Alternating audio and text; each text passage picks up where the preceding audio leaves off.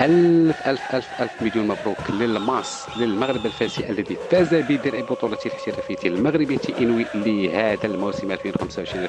إخواني الكرام، أخواتي الكريمات، أهلا وسهلا ومرحبا بكم معنا من جديد في حلقة موجز أخبار الكرة الوطنية والإفريقية، نتائج وترتيب الجولة 30 الأخيرة بخمس مراتب.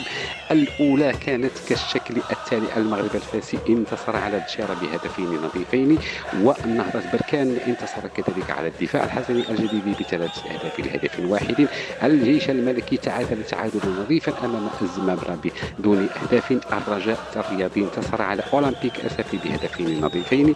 الوداد يواصل سلسلة الهزائم، انهزم أمام توارغا لهدف واحد، ليصبح بذلك الترتيب خمس مراتب الأولى كالآتي. قبل ذلك أخوتي إذا كنت جديد معنا في القناة لا تبخل تضغط على زر الاشتراك وخلوا لنا لايكات وتعليقاتكم المحفزة لقناتنا المتواضعة. وبسرعة نعود إلى الموضوع.